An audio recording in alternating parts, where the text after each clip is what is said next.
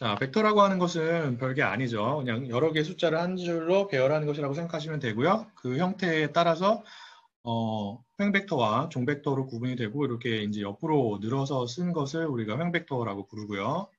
그리고 이렇게 이제 세로로 쓴 것을 종벡터라고 부르는데 보통 이제 벡터라고 하면은 이러한 종벡터를 의미하게 됩니다.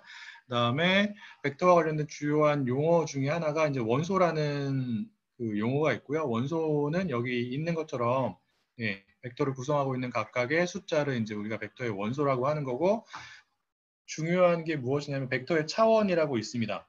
그래서 벡터의 차원은 무엇이냐면 벡터에 포함이 된 원소 수를 의미하게 되는 거고요. 그래서 지금은 A라는 벡터에 몇 개의 원소가 저장이 되어 있냐면 3개의 원소가 저장이 되어 있기 때문에 이게 무엇을 의미하냐면 벡터의 차원이 3차원이 되는 거죠.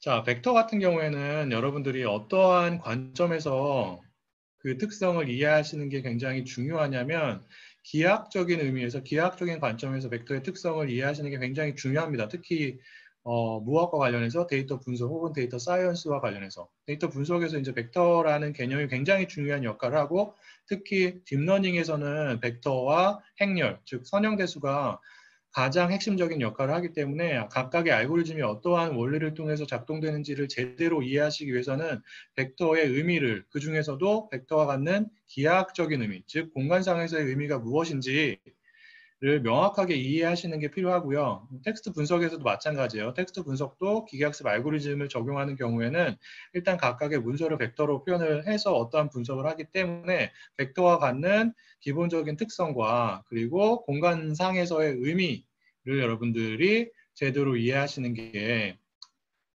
전반적인 텍스트 분석 과정과 그리고 기계학습 알고리즘이 텍스트 분석에 적용이 됐을 때 어떠한 원리로 작동이 되는지를 제대로 이해하시는 데 있어서 굉장히 중요한 부분을 차지하기 때문에 벡터의 공간적인 의미, 즉 기하학적인 의미를 좀 설명을 하고 넘어가도록 할 텐데요.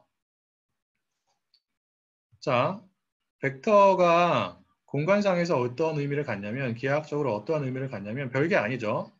여기 나와 있는 것처럼 하나의 벡터는 공간상에 존재하는 하나의 점을 의미합니다. 그리고 공간이라고 하는 것은 색깔을 좀 바꿀게요.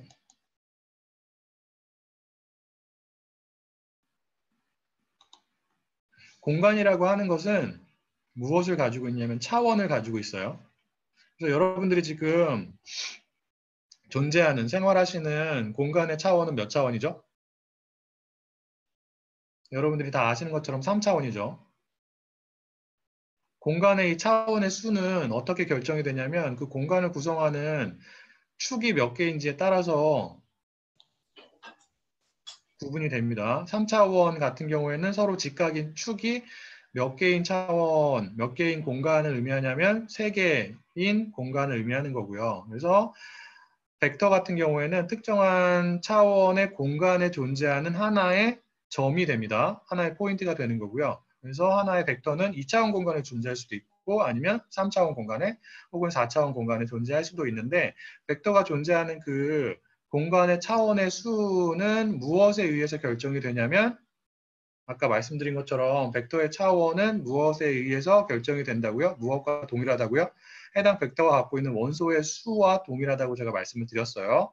그래서 원소를 3개 가지고 있는 벡터 같은 경우에는 몇 차원 공간에 존재하는 점이 되는 거예요?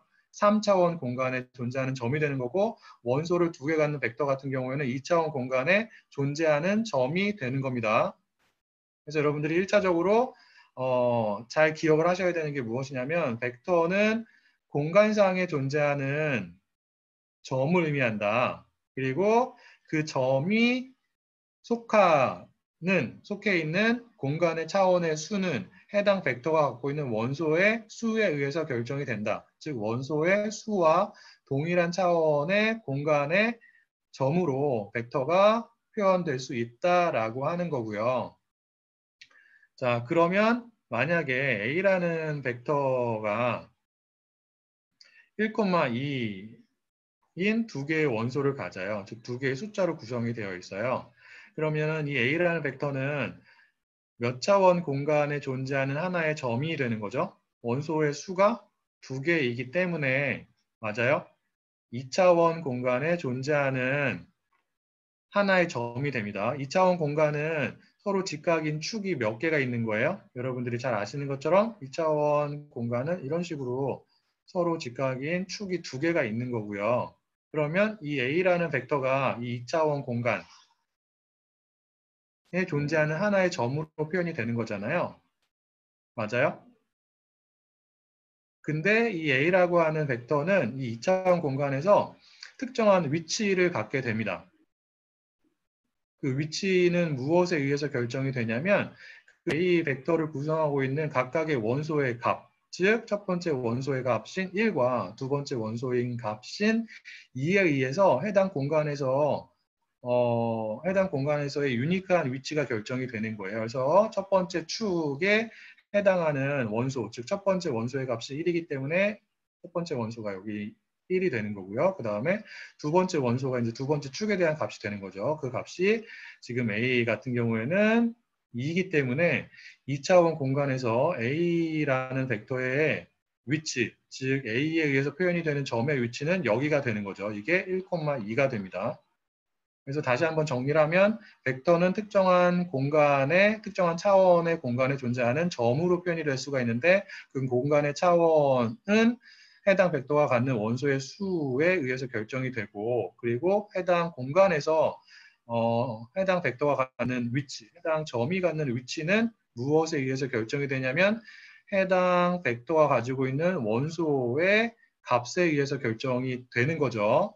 자, 여러분들이 기억을 해야 되는 게 무엇이냐면 이 각각의 원소의 값, 구체적인 값. 그래서 A라고 하는 벡터는 첫 번째 원소가 1이고 두 번째 원소가 2인데 이러한 원소들의 값이 무엇을 의미하는지를 잘 기억하는 게 필요해요. 이 원소들의 값은 무엇을 의미하냐면 해당 벡터의 고유한 특성을 의미합니다. 원소의 값들에 의해서 해당 벡터의 고유한 특성이 결정이 되는 거고요. 그런데 이 원소의 값에 의해서 공간상에서의 무엇이 결정이 된다고요? 해당 벡터의 위치가 결정이 된다라고 했어요. 그러면 특정한 공간상에서 벡터가 갖는 위치는 결국에는 해당 벡터의 무엇을 의미하는 거예요? 해당 위치가 해당 벡터가 갖고 있는 원소들의 값에 의해서 결정이 되고 그리고 그 원소들의 값은 해당 벡터의 고유한 특성을 결정하기 때문에 결국에는 공간상에서 해당 벡터가 어떠한 위치를 갖느냐가 무엇을 나타내냐면 해당 벡터가 갖는 고유한 특성이 무엇인지를 나타낸다고요. 그래서 공간상에서 어떠한 위치를 갖는지가 굉장히 중요합니다. 무엇을 파악하는 데 있어서 해당 벡터의 유니크한 특성이 무엇인지를 파악하기 위해서 그렇고요. 자, 그럼 우리가 위치 정보를 가지고 해당 각각의 벡터의 고유한 특성을 파악할 수 있다라고 얘기를 했고요. 맞나요? 그러면 우리가 각각의 벡터들의 위치 정보를 가지고 무엇을 파악을 할 수가 있냐면 죄송한데 잠시만 제가 급한 전화가 와가지고 전화 좀 받고 다시 시작하도록 하겠습니다. 잠시만요.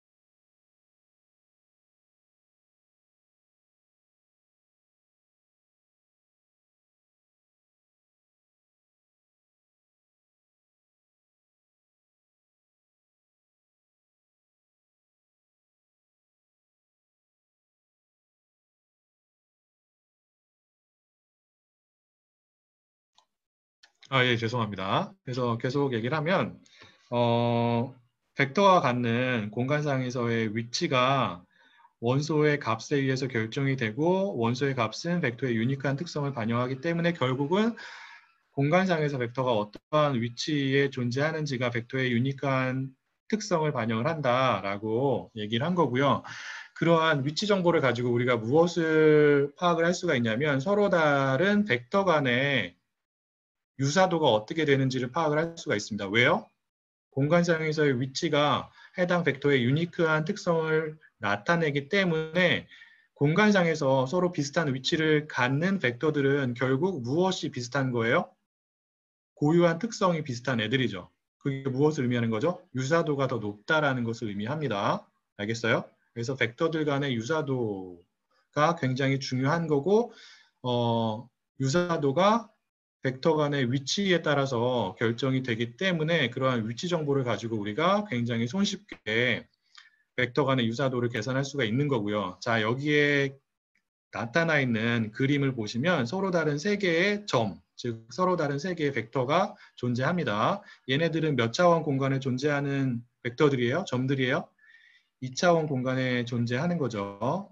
어떻게 알 수 있어요? 각각의 벡터를 구성하는 원소의 수가 2이기 때문에 얘도 2개, 얘도 2개, 얘도 2개이기 때문에 이 세 개의 벡터 모두 2차원 공간에 존재하게 됩니다. 그리고 각각의 벡터들의 위치는 무엇에 의해서 결정이 된다고요?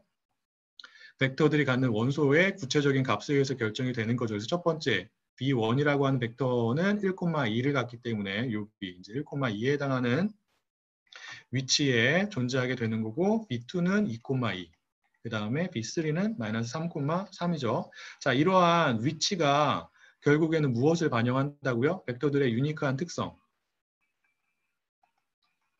의미하기 때문에 서로 다른 벡터들이 공간상에서 얼마나 가까이 위치해 있느냐가 결국에는 무엇을 나타나게 되냐면 벡터들 간의 유사도를 의미하게 됩니다. 자, 그러면 이렇게 세 개의 벡터가 있는데 여기에서 B1과 B1이라는 벡터와 상대적으로 더 유사한 벡터가 무엇이 되는 거죠? 위치가 비슷한, 더 가까이 존재하는 벡터가 더 유사한 벡터가 되는 거죠. 그래서 B2랑 B3 중에서 어떠한 벡터가 더 가까이 위치하는 거예요? B2가 더 가까이 위치하는 거죠. 그래서 얘네 둘이 무엇이 더 크다고요? 유사도가 더 크다고요. 왜? 위치가 더 비슷하기 때문에. 그리고 위치가 무엇을 반영하기 때문에 벡터들이 갖는 고유한 특성을 반영하기 때문에 위치가 비슷하면 그만큼 특성이 비슷하고 그럼 우리가 유사도가 더 크다라고 얘기할 수 있는 거죠. 그래서 공간상에서의 벡터들 간의 거리를 가지고 우리가 벡터들 간의 유사도를 계산을 할 수가 있는 거죠. 맞아요? 그래서 공간상에서 벡터들 간의 거리를 측정하는데 굉장히 여러 가지 방법이 있는데 대표적인 가장 일반적으로 많이 사용되는 거리 측정 방법이 어떠한 방법이라고 여러분들이 이미 공부를 한 유클리디안 거리가 되는 거죠. 맞아요? 그래서 유클리디안 거리는 벡터들 간의 직선 거리를 의미합니다. 그래서 이게 B1과 B2의 유클리디안 거리가 되는 거고 B1과 B3의 유클리디안 거리는 이렇게 되는 거죠.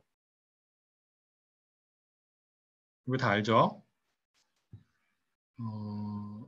그래서 유클리디안 거리를 먼저 설명을 하면 이런 식으로 계산이 되는 거예요. 그래서 여기서 이제 P1이라는 점이 있고 벡터가 있고 P2라는 벡터가 있는 거죠. 그리고 P1이 X1, X2로 표현이 되는 거고 P2가 Y1, Y2로 표현이 된다라고 가정을 하면 유클리디안 길이는 요 C로 표현이 되는 겁니다. 그럼 얘는 어떻게 계산이 되냐면 이렇게 이제 계산이 되는 거죠. 맞아요? 그래서 요 두 번째 벡터 P2가 갖는 각각의 원소에서 첫 번째 벡터의 원소의 값들을 빼고 제곱을 해서 그거에 더하기를 하고 루트를 씌워준 게 유클리디안 거리가 되는데 얘는 어떻게 계산이 되는 거예요? 어떠한 공식을 이용해서 피타고라스 공식을 이용해서 계산이 되는 거죠. 맞아요? 그래서 우리가 요 C를 끼고 이렇게 직각삼각형을 그릴 수 있단 말이에요. 여기 직각이죠. 그럼 직각삼각형에 대해서 A가 뭐예요? 밑변이죠. 이게 뭐예요? 높이. 그리고 얘가 뭐예요? 빗변. 그러면 A, B, C 간에 어떠한 관계가 존재하게 되냐면 A의 제곱 플러스 B의 제곱은 뭐랑 같죠? C의 제곱과 같죠. 이게 어떠한 공식이에요? 어떠한 정리예요? 피타고라스 정리죠. 그러면 우리가 알고자 하는 빗변의 길이, 즉 유클리디안 거리는 어떻게 되냐면 양변의 루트를 씌우는 게 되죠. 그럼 A제곱 플러스 B의 제곱이 되는 거고 그 다음에 A의 길이는 어떻게 구할 수 있어요? 이 길이랑 동일하죠. A는. 맞아요. 근데 요거의 좌표가 어떻게 되죠? Y1이 되는 거고 요거의 좌표가 어떻게 되는 거예요? X1이 되는 거죠. 그러면 요 길이는 어떻게 되냐면 Y1 빼기 X1이 됩니다. 요게 A예요. 맞아요? 여기도 마찬가지죠. B의 길이가 어떻게 되냐면 여기가 이제 Y2고 여기가 X2이기 때문에 요 길이는 Y2 빼기 X2가 되고 요게 B가 되는 거고 그래서 C는 다시 쓰면 루트 A제곱 플러스 B의 제곱 요게 이제 피타고라스 정리를 이용해서 나온 거고 A의 길이를 계산해 보면 Y1 빼기 X1이기 때문에 요거의 제곱이 되는 거고 플러스 B가 어떻게 되는 거예요? Y2 빼기 X2가 되는 거죠. 이렇게 되는 겁니다. 그래서 이게 나온 거예요. 이게 이제 피타고라스 정리를 이용한 유클리디안 거리고 공간상에 존재하는 벡터들 사이, 점들 사이의 거리를 측정하는 가장 기본적인 방법이 되는 거죠. 자, 거리를 왜 측정한다고요? 벡터 간의 거리를? 벡터 간의 거리가 무엇을 반영하기 때문에? 벡터 간의 유사도를 반영하기 때문에 그래요. 그래서 거리가 짧으면 짧을수록 위치가 비슷하다는 것을 의미하고 위치가 비슷하면 벡터들의 유니크한 특성이 비슷하다. 라는 것을 의미하기 때문에 거리가 짧으면 유클리디안 거리가 짧으면 그만큼 벡터들 간의 유사도가 큰 거죠. 이건 다 이해할 수 있죠. 굉장히 쉬운 내용이기 때문에 자, 이러한 개념이 데이터 분석에서 왜 중요하냐면 우리가 문서, 텍스트 분석뿐만 아니라 어떠한 데이터 분석이 됐던 간에 기계학습 알고리즘 혹은 통계적인 분석 방법을 쓰기 위해서는 일단 먼저 각각의 데이터 포인트들 그래서 텍스트 데이터에서는 문서가 하나의 데이터 포인트, 하나의 관측지가 된다라고 얘기를 했어요. 근데 일반적으로 얘기를 하자면 우리가 학습 데이터 혹은 데이터를 갖고 있단 말이에요. 그 데이터에는 여러 개의 이제 관측지, 데이터 포인트들이 존재하게 되는데 각각의 데이터 포인트들을 일단 무엇으로 바꾸냐면 벡터로 바꿉니다. 예를 한번 들어볼게요. 자, 이렇게 우리가 갖고 있는 데이터의 관측지, 이걸 보통 observation이라고 표현을 하고요. 혹은 데이터 포인트라고 표현하는 경우도 있고 혹은 샘플이라고 표현하는 경우도 있습니다. 샘플은 정확히 말하면 이제 표본 집단을 의미하기 때문에 이제 샘플이라고 표현하지는 않고요. 이 각각을 데이터 포인트나 혹은 observation, 관측치라고 얘기를 하는데 지금은 우리가 갖고 있는 데이터 셋에 세 개의 서로 다른 관측치, 데이터 포인트가 있는 거죠. 맞아요? 그래서 각각의 데이터 포인트, 관측치가 사람을 의미하게 되는 거고 우리가 어떠한 변수들에 대한 정보를 가지고 있다라고 가정을 하냐면 세 개의 변수에 대한 정보를 각각에 대한 사람에 대해서 가지고 있어요. 그래서 age, 나이와 직장 경력, 그 다음에 그 사람의 소득이라는 세 개의 변수 정보를 갖고 있는데 age와 이 경력이 독립 변수가 되는 겁니다. 그래서 이걸 x1이라고 표현할 수 있고 x2라고 표현할 수 있고 이게 이제 종속 변수 y가 되는 거죠. 독립 변수는 또 다른 말로 뭐라고 불러요? 기계학습이나 딥러닝에서는 피처라고 불리는 거죠. 그래서 보통 우리가 어떠한 작업을 하냐면 이러한 피처 정보를 가지고 종속 변수를 예측하는 작업을 한다고요. 어떠한 알고리즘을 사용해서 기계학습이나 딥러닝 알고리즘을 사용해서 그러면 이러한 데이터를 분석하기 위해서는 일단 얘네들을 무엇으로 바꿔야 된다고요? 벡터로 바꿔야 된다고요. 그럼 하나의 데이터 포인트가 하나의 관측치가 하나의 유니크한 벡터가 되는 거예요. 그런데 하나의 관측치를 벡터로 표현을 할 때는 어떠한 정보만 사용을 하냐면 독립변수 정보만 사용을 합니다. 지금 각각의 관측치가 몇 개의 독립변수를 가지고 있어요? 2개의 독립변수를 가지고 있죠. 그러면 그러한 2개의 독립변수를 가지고 우리가 각각의 관측치를 유니크한 벡터로 표현하게 되는 거예요. 그럼 첫 번째 관측치에 대한 벡터를 만들어 보면 30,1이 되는 거죠. 이게 하나의 벡터예요. 몇 번째 관측치에 대한? 첫 번째 관측치에 대한. 그래서 1이라고 표현할 수 있겠죠. 얘는 원소를 몇 개 가지고 있어요? 2개 가지고 있죠. 자, 원소의 개수랑 무엇의 수랑 동일해요? 어? 자, 답변을 원합니다. 독립변수의 수랑 동일하죠. 맞아요? 어디에 존재하는 독립변수의 수? 우리가 가지고 있는 데이터 셋에 존재하는 독립변수의 수죠. 지금 우리가 갖고 있는 데이터 셋에는 age랑 experience, 경력 2개밖에 없기 때문에 각각의 관측치를 벡터로 표현했을 때는 각각의 벡터가 원소를 2개밖에 갖지 않는다고요. 왜? 우리가 독립변수를 2개만 가지고 있기 때문에, 그리고 그 독립변수들을 가지고 각각의 관측치를 벡터로 표현을 했기 때문에 그렇게 되는 거예요. 그래서 첫 번째 관측치, 첫 번째 사람 같은 경우에는 30,1이라는 벡터를 갖는 거고, 이 첫 번째 원소는 첫 번째 독립변수의 값, 해당 관측치에 대한, 그래서 첫 번째 관측치, 첫 번째 사람은 첫 번째 독립변수인 age의 값이 30이 되는 거고, 두 번째의 독립변수, 즉 경력에 대한 값이 1년이 되는 거죠. 맞아요? 그래서 이 벡터의 원소는 무엇을 의미하는 거예요? 해당 관측치에 대한 유니크한 특성을 나타낸다고요. 무엇에 의해서 표현이 될 수 있는? 데이터 셋에 존재하는 독립변수에 의해서 표현이 될 수 있는, 즉 이 벡터가 나타내는 해당 관측치에 대한 유니크한 특성은 무엇에 대한 거예요? age와 경력에 의해서 나타내지는, 표현될 수 있는 해당 관측치의 유니크한 특성이라고요. 첫 번째 사람이 가지고 있는 다른 정보도 있겠죠. 맞아요? 성별도 있을 수가 있고, 그 다음에 뭐 학력이 있을 수도 있고, 인컴에 영향을 미치는 다른 독립변수들이 여러 개 존재할 수 있잖아요. 맞아요? 근데 그러한 독립변수에 대한 데이터를 우리가 데이터 셋에 가지고 있어요? 없어요? 가지고 없다고요. 가지고 있지 않기 때문에 다른 독립변수에 대한 정보를 사용해서는 해당 관측치에 대한 벡터를 우리가 생성할 수 없단 말이에요. 그래서 여러분들이 이 벡터 정보, 즉 30,1이라는 벡터 정보를 가지고 파악할 수 있는 해당 관측치의 특성은 무엇이냐면, 이 벡터를 표현할 때 사용된 독립변수와 관련된 특성만 알 수가 있다고요. 나머지 정보에 대한 특성을 알 수가 있어요? 없어요? 이 벡터 정보를 보고서 전혀 알 수가 없죠. 맞아요? 그런 점을 여러분들이 기억을 해야 되고요. 자, 그리고 두 번째 관측치, 두 번째 사람에 대해서도 데이터 셋에 존재하는 독립변수 정보를 이용해서 우리가 벡터로 표현할 수 있죠. 몇 코마 몇이에요?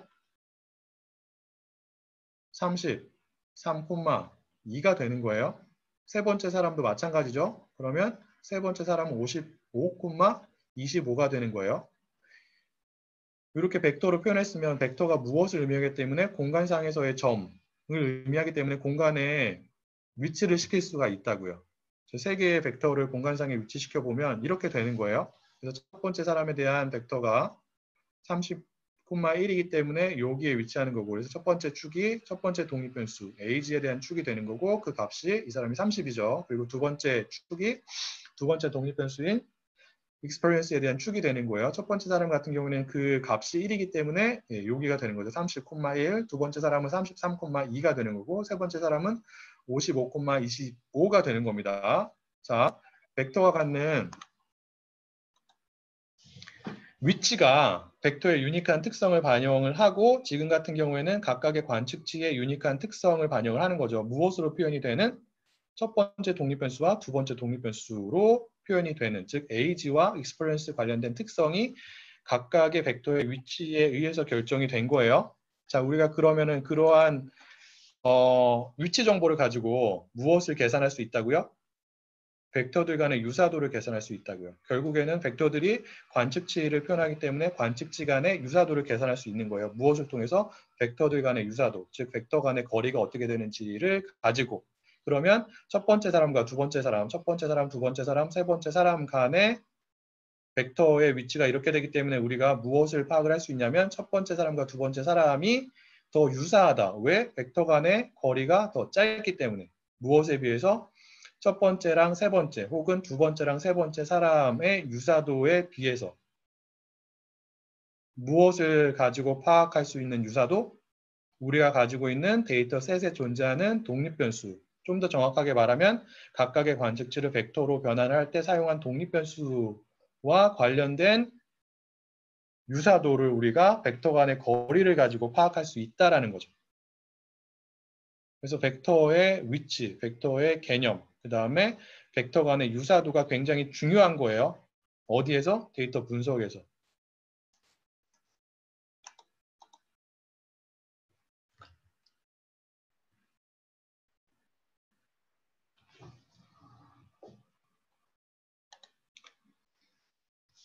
그래서 금동현 수강생 분께서 질문을 주셨는데 이걸 공개적으로 질문을 해주시는 게 더 좋을 텐데 다른 분들이 볼 수 있게끔 제가 한번 읽어볼게요.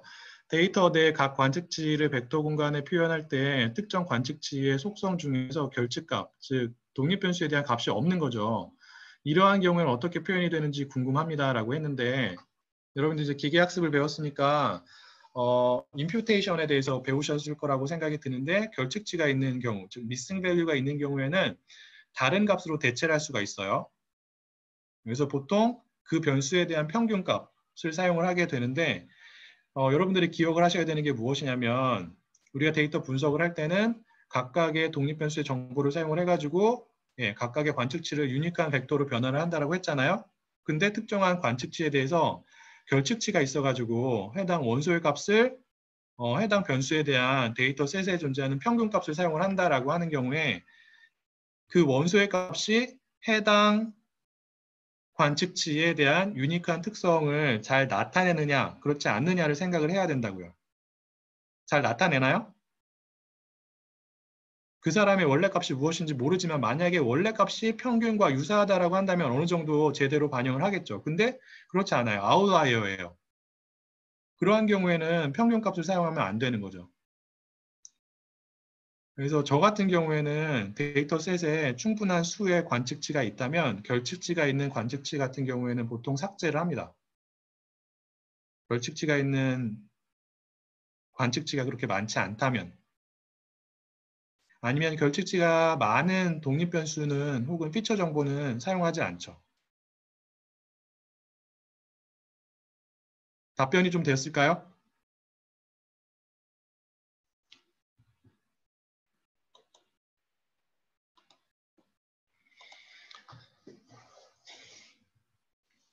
자, 그래서 다시 한번 정리하면 벡터가 갖는 공간상에서의 특성을 이해하는 게 굉장히 중요하다.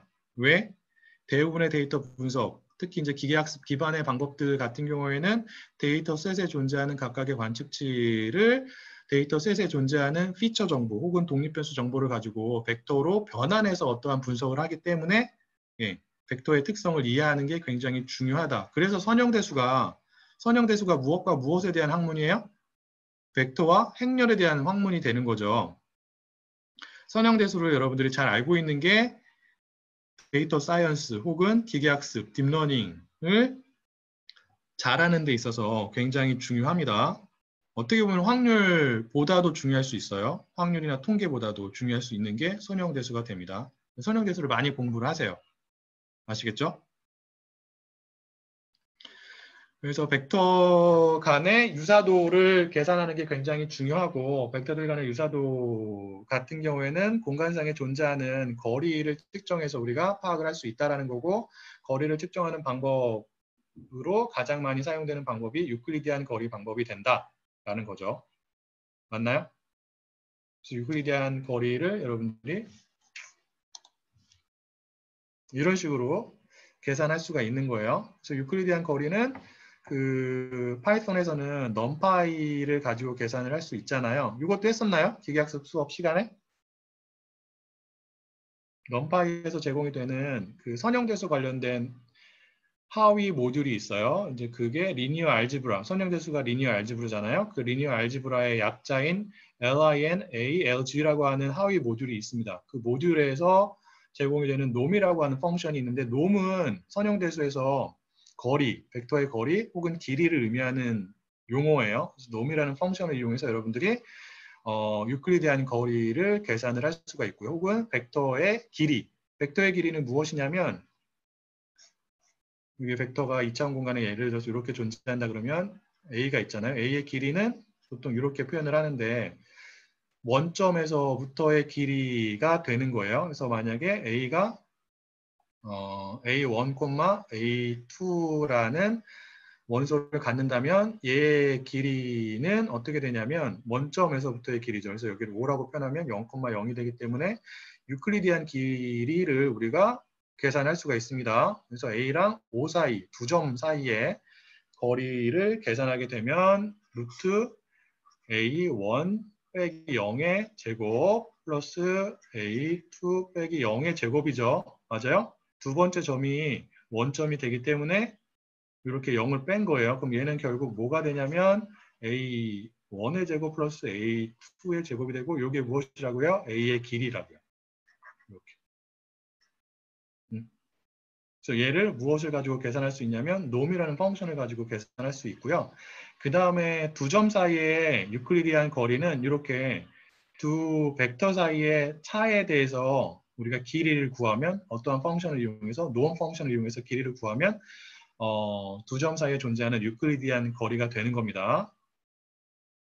요거는 직접 저희가 한번 해볼게요. 이거 했어요? 안 했어요? 기계학습 시간에?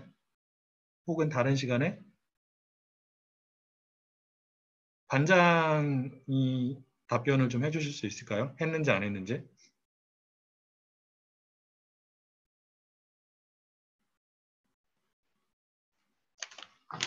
반장이 안 오셨나요? 아니면 기억이 잘 안 나시나요? 기억이 잘 나시는 어떤 분께서 했는지 안 했는지 답변을 좀 해주실 수 있을까요?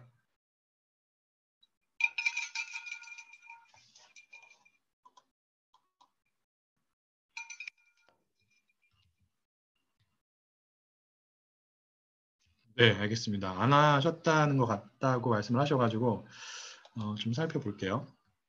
그래서 제가 제공해드린 그 자료 중에서 벡터 np example이라고 하는 주피터 노트북 파일이 있습니다. 그 노트북 파일을 보면서 우리가 파이썬을 이용해서 유클리디안 거리를 어떻게 계산할 수 있는지를 한번 보여드리고 그 다음에 코사인 유사도에 대해서 설명을 드릴게요. 코사인 유사도는 배우지 않으셨다고 말씀을 하셔가지고 굉장히 중요한 개념이기 때문에 설명을 좀 드리도록 하겠습니다. 특히 텍스트 분석에서 문서 간의 유사도를 계산할 때 유클리디안 거리 방법보다 코사인 유사도의 방법이 훨씬 더 많이 사용되기 때문에 코사인 유사도 방법을 설명을 드릴 거고요.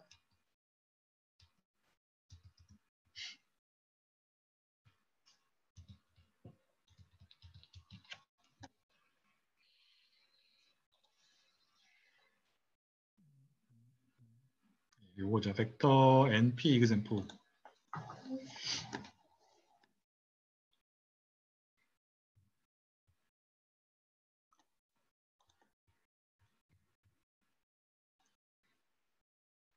자, 파이썬에서는 다시 한번 말씀드리지만 벡터나 행렬에 대한 작업은 numPy를 가지고 보통 수행을 합니다. 펜다스를 가지고 수행할 수도 있는데 numPy가 더 유용하고 더 많은 펑션을 제공하기 때문에 저 같은 경우는 보통 이제 numPy를 가지고 벡터 혹은 선형대수 관련된 작업을 하고요. 그래서 numPy를 이런 식으로 임포트를 하시고 그 다음에 numPy를 가지고 벡터를 생성을 하실 때는 numPy에 속해 있는 펑션들 중에서 array라고 하는 펑션을 사용을 하셔서 벡터를 만드실 수가 있어요. 그리고 벡터로 표현하고자 하는 그 벡터에 대한 정보를 리스트의 형태로 어레이 펑션의 인자로 전달합니다. 그래서 지금 우리가 슬라이드에서 처음에 어떠한 예를 봤냐면 이러한 예를 봤죠. 그래서 B1과 B2, B3가 있죠. 얘네들을 일단 numPy를 이용해서 주피터 노트북상의 벡터로 생성을 할 겁니다. 어떠한 펑션을 사용을 한다고요? numpy에서 제공이 되는 array라고 하는 펑션을 사용을 한다고요. 펑션을 사용해서 얘네들을 주피터 노트북에 표현을 할 때는 리스트의 형태로 인자로 전달을 하는 거죠. 그래서 B1이 지금 여기에 A라는 이름의 벡터로 생성이 된 거고 B2가 B라는 이름으로 생성이 됐고 B3가 C라는 이름으로 생성이 됐습니다. 생성을 해보고요. 그리고 A의 길이를 구해 볼게요. 벡터의 길이를 구할 때는 저희가 어떠한 펑션을 사용을 한다고요? 리니어 알지브라를 의미하는 linalg라고 하는 모듈에서 제공이 되는 놈이라고 하는 펑션을 사용한다라고 얘기를 했고, 우리가 벡터의 길이를 구하고자 하는 벡터를 인자로 전달을 하게 되면 그 벡터의 길이를 구할 수 있다라고 했죠. 어디에서부터의? 원점에서부터의 길이가 되는 거예요. 즉 원점과 A라고 하는 벡터 사이에 존재하는 유클리디안 거리가 되는 거죠. 그래서 유클리디안 공식을 여러분들이 기억을 하고 계시기 때문에 공식을 다시 한번 여기다 써보면 이 놈 A가 계산하는 거는 이렇게 표현이 되는 거예요. A라는 벡터의 길이가 되는 거고 얘는 어떻게 되냐면 정확하게 말하면 A랑 O 사이의 길이가 되는 거죠. 원점. 그래서 원점이 0,0이 되기 때문에 0,0래. A 빼기 5 빼기 A의 첫 번째 원소인 1의 제곱 플러스 0 빼기 A의 두 번째 원소인 2의 제곱이 됩니다. 그러면은 얘는 1의 제곱 플러스 2의 제곱이 되죠. 그럼 얼마가 돼요? 루트 5가 되는 거죠. 루트 5가 얼마예요? 2.236 정도가 되는 거예요. 그래서 이렇게 구할 수 있고요. 여러분들이 나머지 벡터에 대해서도 놈 펑션을 이용해서 길이를 한번 구해 보시고요. 그리고 우리가 이제 놈을 이용해서 두 벡터 사이의 유클리디안 거리를 구할 수가 있습니다. 그럴 때는 이렇게 놈 펑션의 유클리디안 거리를 구하고자 하는 두 벡터의 차를 인자로 전달하시면 돼요. 그래서 만약에 A라는 벡터와 B라는 벡터의 유클리디안 거리를 구하고 싶다라고 하는 경우에는 B 빼기 A라는 새로운 벡터를 놈 펑션의 인자로 전달하면 되는 거죠. 자, 그러면은 요거를 계산해 볼게요.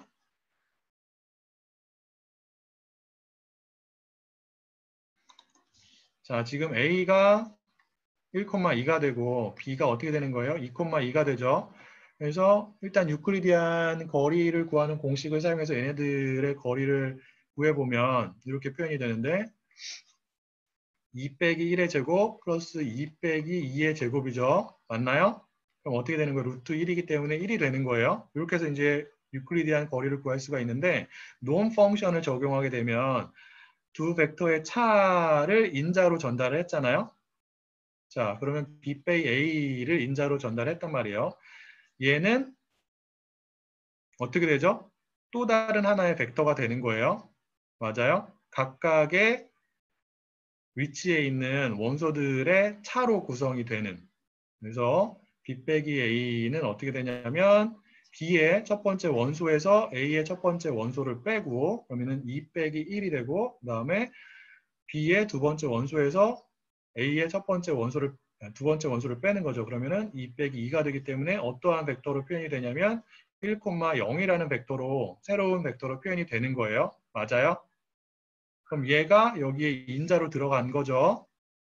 1,0이. 그럼 놈 펑션은 해당 벡터의 길이, 어디로부터의 원점으로부터의 길이를 계산을 한다라고 했어요. 그래서 이 벡터가 들어갔기 때문에 이거에 대한 원점으로부터의 길이를 계산하게 되면 1 빼기 0의 제곱 플러스 0 빼기 0의 제곱이기 때문에 1이 나온 겁니다. 그래서 놈 펑션을 이용해서 여러분들이 두 벡터 사이의 유클리디안 거리를 이런 식으로 두 벡터의 차로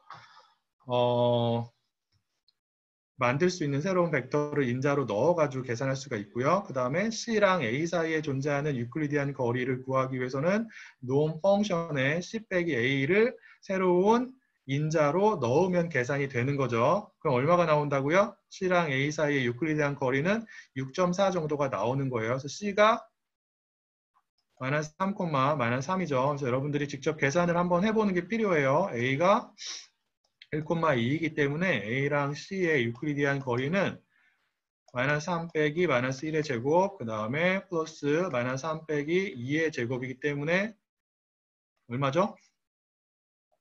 16 더하기 25가 되는 거죠. 맞아요? 그럼 41이 되고 루트 41이 6.4 정도가 나오는 겁니다.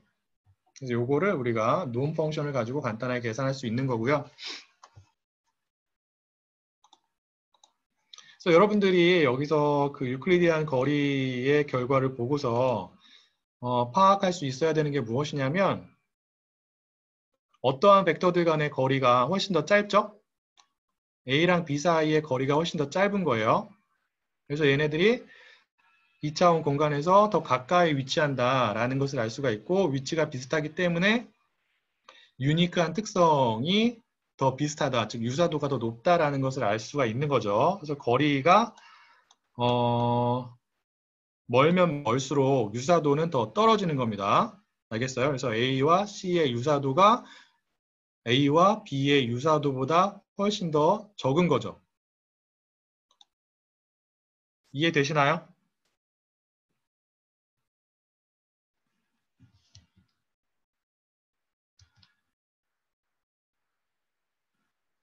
이해되세요?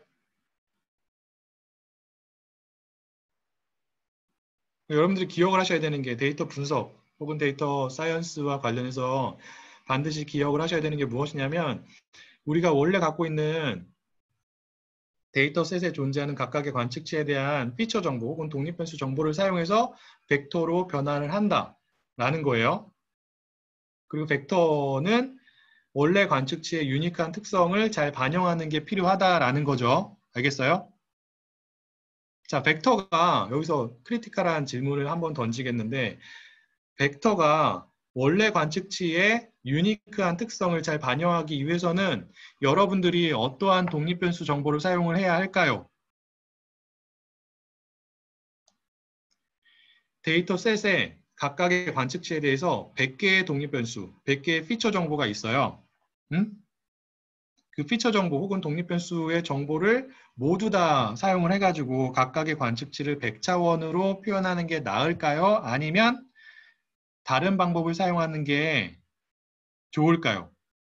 각각의 벡터가 각각의 관측치가 갖는 여러분들이 풀고자 하는 문제와 관련이 높은 유니크한 특성을 잘 반영하기 위해서는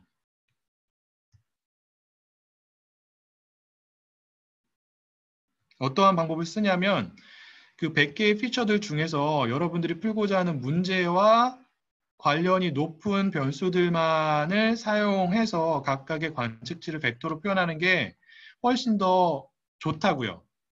그래야지만 각각의 벡터가 여러분들이 풀고자 하는 문제와 관련이 있는 관측치의 유니크한 특성을 더 잘 반영할 수가 있는 거예요. 알겠어요? 그래서 모든 관측치를 무조건 다 사용하는 것은 좋은 방법이 아니에요.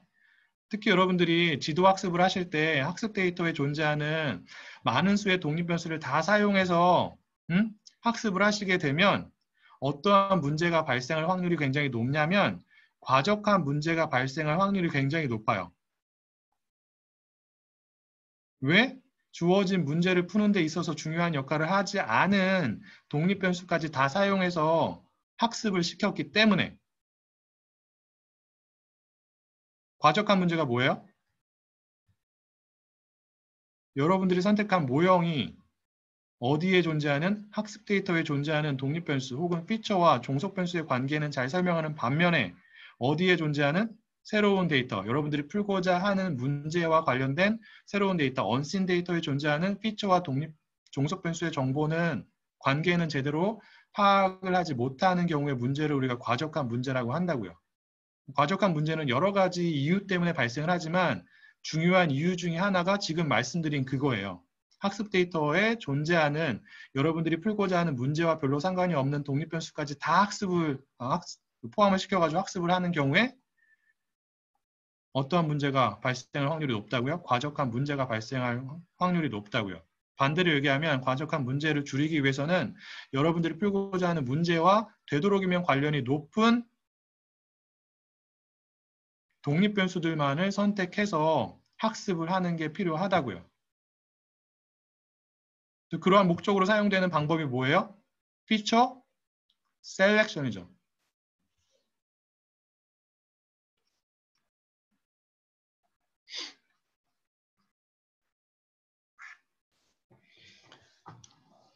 그래서 이 피처는 독립변수를 의미하는 거예요. 그래서 여러분들이 학습에 사용하고자 하는 피처를 선택하는 것을 피처 셀렉션이라고 한다고요. 그래서 어떠한 피처만 선택을 하는 게 좋다고요? 학습 데이터에 존재하는 독립변수와 종속변수의 관계를 잘 설명하는 주어진 문제를 푸는데 중요한 역할을 하는 피처를 선택하는 게 중요하다고요. 그래서 그러한 피처를 선택하는 것을 우리가 이제 피처 셀렉션이라고 하고, 대표적인 방법이 뭐가 있냐면 regularization이라는 방법이 있죠. 한국말로는 뭐 정교화라고 표현하기도 하는데 정확한 의미로는 정교화가 아니에요. 그래서 저는 그냥 regularization이라고 하는데, 이거 배웠나요? L1 방법이 있고 L2 방법이 있잖아요. 이거 배웠어요? 과적한 문제를 줄이는 대표적인 방법이 regularization이고, 여러분들이 기계학습이나 딥러닝을 하기 위해서는 반드시 기억을 해야 되는, 반드시 알아야 되는 중요한 내용이 됩니다. 그래서 이 중에서 이제 L1 방법이 대표적인 피처 셀렉션 방법이에요. 즉, 정답을 맞추는 데 중요한 역할을 하는 피처를 선택하는 방법이라고요. 반대로 얘기하면 중요한 역할을 하지 않는 피처들은 제거를 하는 거죠. 왜 그래요? 지금 제가 설명한 이러한 이유 때문에 그렇다고요. 우리가 관측치를 벡터로 바꾸고 벡터를 가지고 데이터 분석을 하기 때문에 그 벡터가 관측치가 갖고 있는 주어진 문제, 우리가 풀고자 하는 문제와 관련된 중요한 특성을 잘 반영하는 게 필요한데, 그러려면은 주어진 문제와 관련이 높은 독립변수만을 선택하는 게 필요하다. 그러한 작업을 하는 게 피처 셀렉션이다 라는 거죠. 혹시 여기까지 질문이 있으실까요?